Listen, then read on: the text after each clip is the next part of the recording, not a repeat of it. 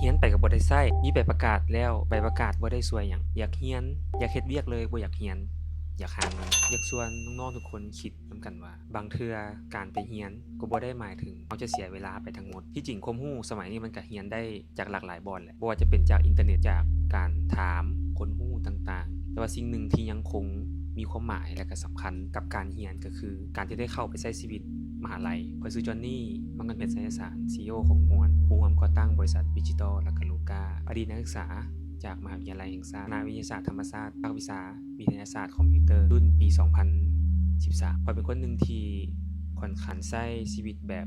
ส่วนตัวอยู่กับคอมพิวเตอร์แล้วก็นั่งเฮ็ดนั่นเฮ็ดนี่เฮ็ดออกแบบเขียนโปรแกรมอยู่ได้หมดมื้อตั้งแต่สมัยมัธยมละถ้าสมัยนี้ก็สิ เอิ้นว่า introvert เนาะการที่ได้เข้ามหาลัยมันเฮ็ดให้เราได้ใช้ชีวิตได้ทดลองได้มีหมู่เพื่อนได้มีคอนเน็กชันได้รู้จักว่าสังคมของมนุษย์เราอยู่กันแบบใดอยากเรียนรู้เอามุมมองต่างๆจากอาจารย์ซึ่งแน่นอนว่าเทคโนโลยีมันก็ไปไกลแล้วแหละแต่ว่าสิ่งที่เราได้คือหลักคิดแล้วก็หมู่เพื่อน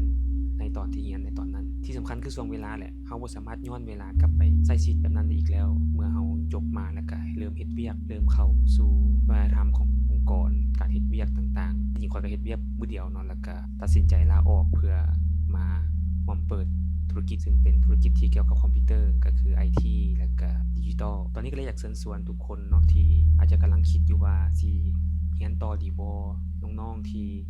หากจบมัธยมแล้วมาฮอดทางเลือกระหว่างข้อยควรจะไปเฮ็ดเวียกเลยบ่เพื่อหาเงินเลี้ยงชีพหรือข้อยควรจะเข้ามหาลัยแล้วก็เอาความรู้เอาประสบการณ์อยากแนะนำจังซี่ว่าถ้ามีเงื่อนไขเสียให้เรียนหลายกว่าอยาก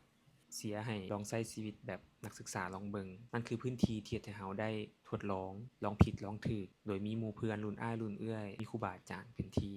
ให้คำแนะนำหรือมีหลายๆคนที่เราสามารถขอความรู้เพิ่มได้ในขณะที่เรายังสามารถลองผิดลองถูกได้เชิญชวนทุกคน